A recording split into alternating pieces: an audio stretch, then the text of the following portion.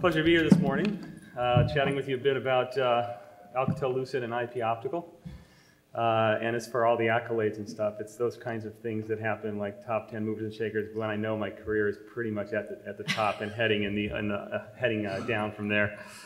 But boy, a really important topic right now inside of Alcatel-Lucent and in the industry is this kind of coming together of IP and optical. I have to make the observation that actually, in my experience, in the last 5–10 years, it's not just IP and optical that are coming together. IP and mobile are coming together. The network's coming together in a fairly meaningful way. It's no longer really possible to run these activities completely separate, which is exactly how they were run just 3–4 years back. At least they were in some of the places that I've spent time. That wasn't to say there weren't conversations, and every now and then there was some thought about how things might happen in the future, but there was very little real work being done across those boundaries. Mobile was mobile, IP was IP, optical was optical, very nice and layered architecture. But I want to start off by just talking a little bit about the context, because I think it's worth saying that I know we constantly have these conversations about the network and whether it's going to be built, are the financial underpinnings stable? And I just want to start off by saying it's really great to be us. And I say that for two reasons. We have an incredibly powerful value chain driving this industry, and only getting more powerful every day in terms of the uses and the importance of what we're delivering to consumers and businesses around the world. So the value chain is incredibly powerful. There's no question about whether the network's going to get built. It's a question of who's going to accrue the benefits from building it. And so the value chain gets stronger and stronger. And of course, we're in a period of great change too, or the rate of change is quite high. So from my point of view, from a career point of view, it's a great place to be. And it's a great place, great honor in some ways to be involved in this industry at this particular moment in time. It's really breathtaking when you get right down to it. I don't have to probably tell all of you that. A lot of change and a lot of good innovation going on. You know, it's you can find all kinds of interesting graphs on how people are using the network and how it's getting more and more important to them over time. And I was looking over some of these and I stumbled across what appears to be the actual foundation to the financial crisis. It's right there in the data. No, it's been overlooked by everybody, and I just stumbled across it when I was looking at this particular graph. It turns out that people really love to buy online, but they're not quite as interested in paying their bills. So there you have it. Of course, that applies also to the US federal government, apparently. So that's another problem that I won't even start to talk about. But the value chain is quite strong, and of course, not only is the value chain strong, look to the teenagers, look to Facebook, look to the social aspect of the network, look to commerce, but also, of course, it just keeps multiplying. This is back from June of 2010. I'm sure it's gone quite a distance from here, but obviously the size of the network continues to grow. The number of endpoints continues to grow. So the network's being, from my point of view, is really stressed right now in two fundamental dimensions: number of endpoints with the mobile explosion, and of course bandwidth. Not so much for the mobile explosion, certainly that's contributing a lot more, but really from video and HD video. And those of you that are involved deeply in this know this well. So we have a great situation. So I had to put up the obligatory traffic chart that shows, in fact, that traffic is growing much faster than revenue. Of course, this is meaningless, because if you think about it, if it wasn't, it would be a completely different industry. So we take a look at these charts all the time. We're more interested actually in how much can we afford to do, and what technology do we have to avail ourselves to kind of take care of this issue over time. And I think we are at actually an we are at an interesting point right now. It's no longer people are questioning whether it's sustainable, whether this is still sustainable in the future. The financial model is sustainable. Of course, if you go back in time, you'll find that this has been unsustainable for a very long time. So the reality is we keep finding ways to deal with this problem. And I guess the question we might want to ask is, with the latest trends, is it finally unsustainable enough that it's really going to slow the growth of the networks? And of course, lots of opinions on that. It's really a question of economics and building to economics, and what will the economics permit. So technology is, of course, a very, very key part of this. Our CTO actually, just for the fun of it, did a little calculation and noted that another meaningless fact, that a wireless operator makes 93 million times as much revenue from a bit on SMS than wireline operators gets from delivering a Netflix video bit. Which means, from my point of view, it makes a very simple point. We should just start delivering video on SMS, and we'll all be fine. So I'm going to talk about 3 topics this morning related to this. Topic number 1, of course, is the evolution of 40 gig to 100 gig to 400 gig to terabit to who knows where. A little bit about IP and optical, because we're spending a lot of time as an industry and as Alcatel-Lucent thinking about how those 2 layers should interrelate. And I think we're finding there's going to be every possible combination available to kind of think about. And last, I'd like to talk a bit about caching, because I think caching is actually a very important tool, and it's going to be a very important trend in these networks in the upcoming couple, 3 years in particular. And so those are 3 topics I want to cover today. There's obviously a lot to talk about, but 3 important topics that I think are front and center for us. So let me start just by making a few comments about where we are on pushing the limits of bandwidth. So, obviously we're thrilled with the progress in 100 gig. And with coherent detection, we've been able to really do some remarkable things. And as an industry and as independent vendors. So we've really pulled a rabbit out of the hat with 100 gig and coherent. And the leading edge of optics and IP is really quite an art. The optics, typically considered a black art. With coherent detection, we're really turning again to silicon as the answer to the problem, with very, very fast DSPs and to sort out the noise from the signal. I think Bell Labs has now shown like 150-500 gigs on a single fiber over 7,200 kilometers, something on that order. So, a tremendous amount of research going on to kind of keep pushing the limit on the optical domain. Of course, in the area of network processing, it's actually an equally difficult, well, I shouldn't say equally difficult. It's also a very difficult field. Hard to say whether it's equally difficult. But to push the limits of network processing and lookups and buffering and queuing, when you started getting into 100 gig single flow, going to 400 gig, going to terabit, that also starts to be quite a challenge. And the challenge is a little bit different. It's a challenge in really incredibly fast memory access. It's a challenge in how much parallel processing do you apply? The balance of those 2 things. I remember when I started working, I started in the semiconductor side of the industry. I worked for Advanced Micro Devices, and a 24-pin DIP was a pretty high pin count device. And our latest network processors now have 2,500 pin BGAs. I can't even see the pins.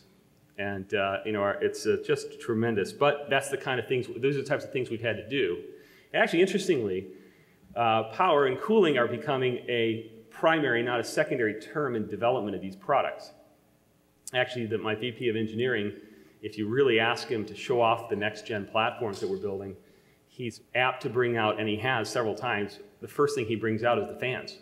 He's incredibly proud of the fans that we've developed, because we had to go to some fairly interesting places and have some fairly interesting conversations to get the cooling we need out of these platforms, especially if you're trying to deploy a platform that's going to do that kind of packet switching and is expected to stay in the network through many generations of technology. So you want a fundamental platform that can deal with, in the case of our platforms, it started at 20 gig, it's up to 200 gig line cards, up to terabit line cards, and I'm sorry, terabit chassis, ultimately terabit line cards. Incredibly hard to develop that stuff with enough foresight to make sure that you can, in fact, leverage the platform going forward. So it's become a real challenge, and I guess the question, or a question, I think an important question, is what next? Presuming that 100 gig is actually done.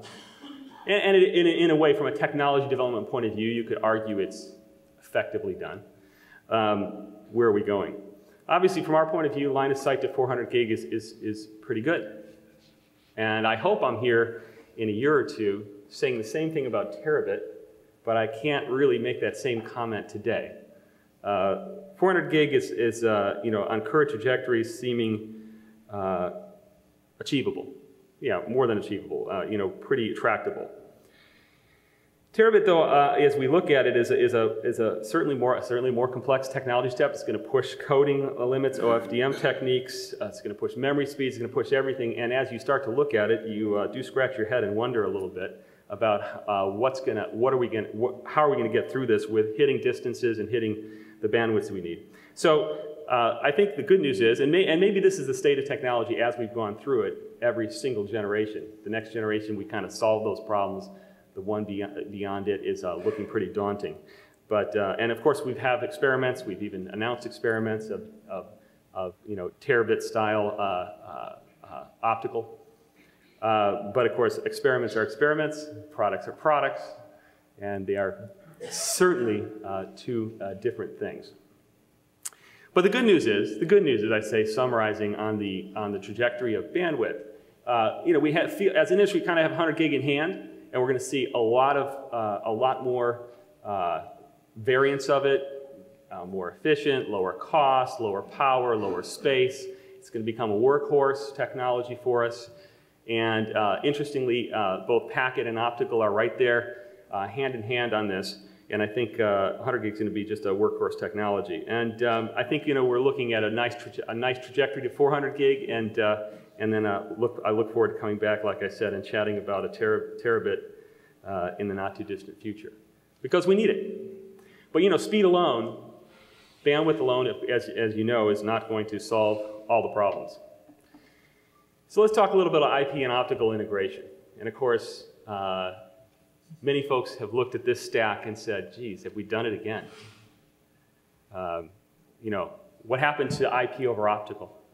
And when I look at the stack, you know, I don't see it in the same way. It's all very much, I think, a game of perspective. From my point of view, maybe it looks a bit more like this. That is to say, MPLS is really a feature or a tool of IP, and OTN is a feature or tool of optical. And if implemented, the nice thing about it is, unlike the previous stack of technologies, OTN really doesn't encumber optical with very much cost if you don't want to use it. Likewise, MPLS doesn't encumber IP with very much cost if you don't want to use it in a given node. Quite the contrary, they really come for free, effectively. You can add them in a fairly, in the case of MPLS, an MPLS lookup, in its very nature, is a pretty simple lookup. And I would say the converse is true also. If you get down to, I'm from the IP side of the house here, so if you get down to the realities, looking up an IP address nowadays doesn't cost any more, and I mean any more, in silicon than looking up an MPLS tag.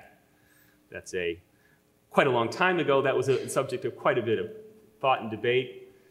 Anybody who's developed these products and down into the silicon level knows what it really looks like now, and that is there is effectively what once was a pretty meaningful difference in the era of epsilon and tag switching is not a difference at all. When it comes to packet switching, the real costs, you know, number one, if you want to deliver a really cheap router port, the first thing you can do is do oversubscription. And where that's the most profound thing you do is oversubscription. That's where you're going to get a huge amount of cost savings, because you're going to take a certain amount of forwarding capacity and fabric capacity, and you're going to put more ports on it. But of course, that's not very useful in big networks that are pushing the limits of technology. So then you have to move to other ways of achieving costs. In the forwarding plane itself, there's been a lot of talk about whether or not a pure MPLS is a lot cheaper than a routing platform. And of course, this is not a question of from a pricing point of view, it certainly can be. It's, you can do anything from a pricing point of view, depending on how you want to run your company. On the other hand, from a cost point of view, not quite as obvious. Not quite as obvious. Depends on, obviously, the forwarding plane nowadays of a modern router are you know, what are the key components of cost? The network processor itself. Not much of a difference. The buffering, that's a choice that's probably independent of MPLS or IP from a buffering point of view. It's a choice really on system and network design, and good behavior, more than having anything to do with whether you buffer more or less if you're purely forwarding on an MPLS paradigm or an IP paradigm. So it really gets down to table size, table lookups, capacity, ACLs, advanced features. And that's something that actually is, of course, a slight cost delta. But I think if you look in the big picture, it is a valid question to ask, is how much cost can you really rip out of these systems? And is it really a market difference, or is it more of an approach to the market from a pricing point of view? So, you know, if you look at OTN, on the other hand, OTN actually does afford some meaningful differences in cost, in real cost. Because OTN doesn't buffer, because OTN is fundamentally a cheaper forwarding paradigm, a circuit switch forwarding paradigm. So OTN, from our point of view, is a good technology. It will become a workhorse technology used at times, giving you a low cost, slightly better granularity in terms of your optical layer. And you know, I think the right thing has happened. This is a coarse granularity, a gig and up tool to be used in the optical layer, and we think it's a useful tool. And I'll talk a little bit more about that. So anyway, this whole area is a topic of a lot of interesting debate, a lot of interesting product developments, a lot of interesting things are going to happen here, including from us and others. But the fundamentals are still true, and you can go to the fundamentals if you really want to kind of take a look at what might happen over time. So we're going to have optical gear. One other comment on that last slide, by the way. I think some people are looking for an answer to whether or not these two layers are physically integrated. Is it one box in the future? IP plus optical, MPLS plus optical. And I think the answer is yes and no. It just depends on where in the network. In certain places in the network, it makes sense to put these systems together. And it makes sense to, in fact, integrate them. In other parts of the network, it's not so obvious. We've done a lot of work on this and a lot of experiments and a lot of looking at how these two systems could be physically integrated. And it partly comes down to, in my view, a question of capacity utilization. If you are in a part of the network where you're not fully utilizing a reasonable size system, it might be useful to have some optical and IP kind of integrated, just because you don't have to deploy a second physical system, power, space, and like. On the other hand, if you're in a part of the network where you're driving every line to its limit and you're literally pushing the limits of the technology, it's not as useful to do a physical integration of these two systems. In fact, it can be quite the opposite, because you're asking two teams you're adding another. If you think about product development, and putting in critical paths, you're putting two teams with two different, maybe 3 or 4 different fundamental technology steps to kind of come together on certain points of integration over time. And the more you add to that equation, the more of those kind of critical paths you add to the equation, the more complex it gets, and the more likely it is you'll come out with a product that's not going to be best in both, or best in 2, 3, 4 dimensions. A product that is best in one dimension is hard enough. A product that's best in 2, 3, and 4 dimensions, it's mathematic. It's hard. It's difficult. It can be done, but again, I think it's more appropriate where the parts of the network where the value of the integration is high. The value of the integration, that is, in terms of, and that's where I was kind of commenting on more of the parts of the network where literally you might have only one chassis. You don't need a rack or 2 or 5. Therefore, it makes some sense to think about this integration. So let's go back to, but integration is not just about physical integration of boxes. Integration is also about integration of the layers in a meaningful way. And of course, there's a number of tools we have nowadays to actually that are all useful and that all need to be used in the right way. IP over DWDM, colored optics in routing platforms. We ship them. We love them. It's a great idea. The interesting thing about, and obviously, inside of ALU, where we're a microcosm of the industry, we have guys that think this is a horrible idea and guys that think this is a great idea. But at the end of the day, it's a great idea because it's sometimes useful and it sometimes makes sense economically in certain spans. So we're fans of this approach, but we don't think it's an answer to everything. Similar, I would make a very similar comment about OTN. We're fans of having it as a facility. We think it makes some sense. It's certainly not the answer to everything, but in certain cases, it's going to make a lot of sense depending on what you're selling, either wholesaling services, where a particular customer wants a container that's not a pseudo-wire. You could ask a question as to why that might be, but sometimes the logic doesn't always dictate the buyer's choices. And of course, another very important tool, and of course, more granular interconnect. Being able to if you're not filling a wavelength, what's the cheapest way to provide a sub-wavelength? And then of course, IP shortcuts, which is a workhorse tool that needs to be there so you can continue to basically make good choices about where to peer, where routers should interconnect. The other piece of this, obviously, is not just about the data plane integration, which is really what I've been talking about, but also about control and management, where we think there's a fairly important thing to be done. Control plane integration means, from our point of view, the interaction between the routing layer and the GMPLS layer that's controlling or automating the optical connections. And of course, management. Now, this is an easy slide to put up, and I will say, though, that inside of our company, and I think inside the industry, this is another one of those things that's very easy to say. It's very nice to put on a slide and speak at a conference, but it's quite difficult to do. Because normally, these are very different groups, sometimes running at different paces, having a different understanding of the market, different market forces. And I don't know about you guys, but every time I've gone to an engineering team and said, hey, I think we should really converge these two platforms, the answer is it can't be done, it will never work, you're crazy if you even try it. But of course, we press on. But these things are really happening now. And I think it's just because we're at a point where it's no longer an option to leave stuff on the table. We're at a point where it's not an option to leave things on the table anymore. We have to go down each of these roads knowing that none of these things is a silver bullet, but knowing that all of them will be used in various places to push the limit so that we can continue to deliver the bandwidth that's being requested.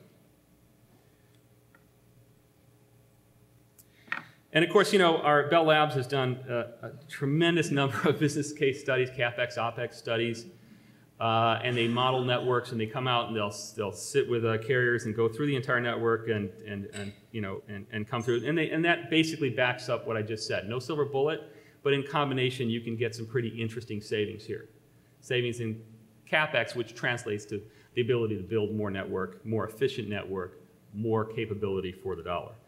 And of course, the OpEx, I haven't really talked about the OpEx piece of this, but of course, these two layers coming together also afford some OpEx benefits that are meaningful. Not just power and space, but also provisioning and those types of things. So, we have a quite sophisticated amount of work done on how much does the grooming contribute, a little bit more flexible grooming, how much the IP shortcuts contribute, the ability to, in fact, bypass intervening routers when you can, which, by the way, you should always do. I think that's a debate, but there should be no debate. There's no real point in hitting a point of routing if you don't need to. So these are good techniques, good tools. The integration of the two layers, in summary, is yes about sometimes bringing these functions together, but it's maybe even more about making sure the two functions are working hand in hand and we're getting the most efficiency out of the combination. Which brings me to my last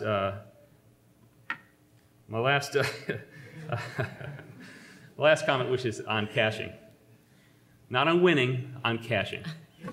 Of course, if anybody wonders whether there's actually a reason to cache video traffic, all you have to do is look at the spectacle that has become Charlie Sheen, unfortunately. The reality is that, that America and the world loves to watch oftentimes the same video a billion times at slightly different times in their own house at the exact time that they want to, in the way they want to, on the device they want to, which has huge implications, massive implications for us. So, if you look at this in more graphical form as opposed to a pictorial form, we've done a lot of work on what does a large object, long tail library look like. And from what we can tell, this is a graph using a zip distribution model, which some people are challenging a little bit with respect to video, and I'm sure there's people who have done.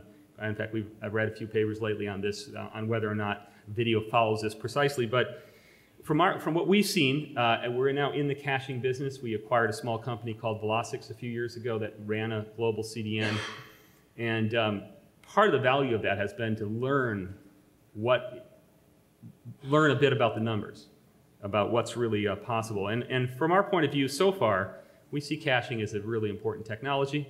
Seems might be an obvious point, but it's a worthwhile point to actually have a discussion around. And this particular graph shows, we're showing here catch-up TV being the top line in the graph, which shows that it has a huge amount of cache effectiveness.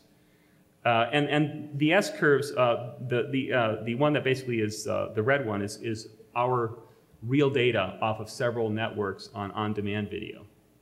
How often are people watching roughly the same thing? Obviously, there's a long tail. People are watching old Seinfelds or whatever. But how much of that, in this case, 18.4 terabyte library is being accessed, in those kinds of activities? So I guess a few points here. Caching can be very effective. Cache size matters. But I will also point to the fact that solid-state memory is really making cache size interesting. So from our point of view, one of the reasons we got into the caching business is, over time, there's certainly reason to believe that there should be caching elements built into these routing platforms and switching platforms themselves. With the advent of super high density flash memory. So, in fact, you can really easily think today about a 4, 6, 8-ish terabyte caching blade integrated into a routing platform. And you can see what that might do in terms of cache hits. Of course, so CDNs, as they've deployed already around the world, are quite efficient and good. The problem, of course, is too much of a good thing, which is what we've experienced lately with the challenging CDN issues brought about by Netflix. Not only Netflix, certainly by Netflix. And the interesting thing about this is it's just a picture of things to come. Netflix is at the leading edge of driving this problem into the open because they're schlepping very high def or nice high def video around to a relatively small number of subscribers, relatively. Can you imagine what might happen if, in fact, everybody wanted to watch what they wanted to watch, when they wanted to watch it, on their big screen? Can you imagine what would happen? I've imagined it often. I'd really like that. I think I sell a ton of routers. But the reality is that's not reality, actually. The reality is we have an economic requirement to stay in a certain amount of CapEx in order to serve customers at what they're roughly willing to pay. Therefore, that future that I like so much is probably not going to happen. That is one server in the middle of the world, and basically all video is being served from it across an immense amount of routers and switches and optical gear. Not likely. More likely is, in fact, more caching. These are some statistics, as I just mentioned, a relatively small number of users driving this incredible bandwidth. So I think deep caching seems pretty much inevitable. There's a lot of debate about this because, well, debate. Let's say there's a lot of thought about this right now because deep caching implies caching in the service provider network. So there's only two ways that happens. One is an existing CDN puts a cache into the current service provider network, or the service provider builds their own caching system. And if it's the latter, it begs the question, who populates the caching system? And how does that actually happen? Because it's really not happening that much today. I guess the point I would make is it seems inevitable. It has to happen. It has to happen. Because of the economic reality is that, that there's a very strong need just for CapEx reduction alone to drive these caches pretty deep into the network, which tells you that for bulk delivery, which is video and those types of cached items, it's certainly likely that one way or another we'll figure out a way to populate caches that are quite deep in the network. So all the trends to me point in one direction or in a similar direction, which is silicon trends are giving us bigger and bigger caches in smaller and smaller places. HD video is driving the heck out of bandwidth needs, and it has a good caching possibility. We're putting these very capable systems throughout the entire network. Why wouldn't this point to deeper and deeper caching? Which brings me to the cloud, and I'm sure there's many, and I know there's many people here, I see a few of them that know this way better than most, but the reality here is this is not just about caching. Caching is an important part, but also about what happens with applications over time. And you know, at ALU, we're investing in a number of areas in this regard, including things like how do you do gaming in the cloud? Why are we interested in gaming in the cloud? Well, it's another incredibly high bandwidth application. It offers some real advantages to the industry, the business model of gaming. If you could game on demand in a very high quality way, there'd be more gaming, there'd be more efficient gaming, it'd be a better business model, a better distribution method.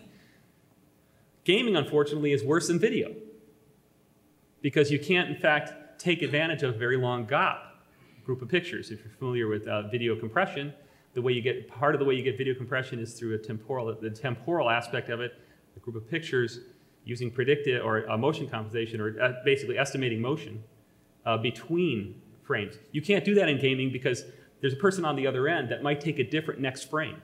Depending on what the person on the other end is doing, the next frame has to be generated. Therefore, you can't take advantage of all that video compression has to offer. So gaming actually offers an even more interesting challenge. You need super low latency. You need more bandwidth. In fact, currently an SD stream in gaming is a 6 meg stream. An SD stream in video is a 2 meg stream, 2.5. So there's a big difference between the two. And so gaming is another one of those things that's going to require cloud-based, let's say network-based, pretty close to the customer implementation.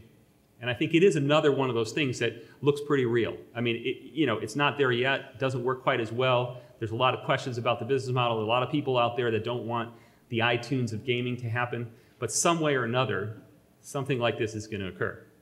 And then, of course, all the other cloud-based applications, all driving the network. So I guess in summary, and this is my last slide, and I'll do a quick summary after this, this trend, caching, gaming, applications moving to the cloud, what does it mean? It means it's going to mitigate some traffic growth, but it's also going to contribute some, and it's going to create some new traffic patterns and demands.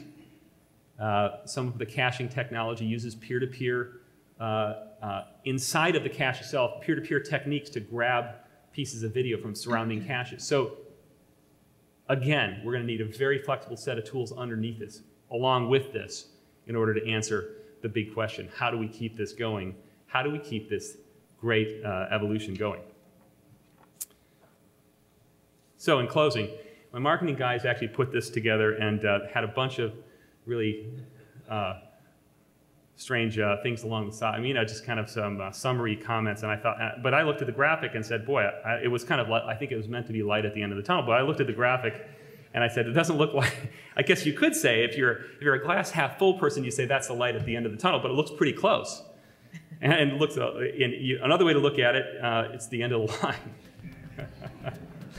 I guess that's the question we're all asking. Is this the light at the end of the tunnel, or are we at the end of the line?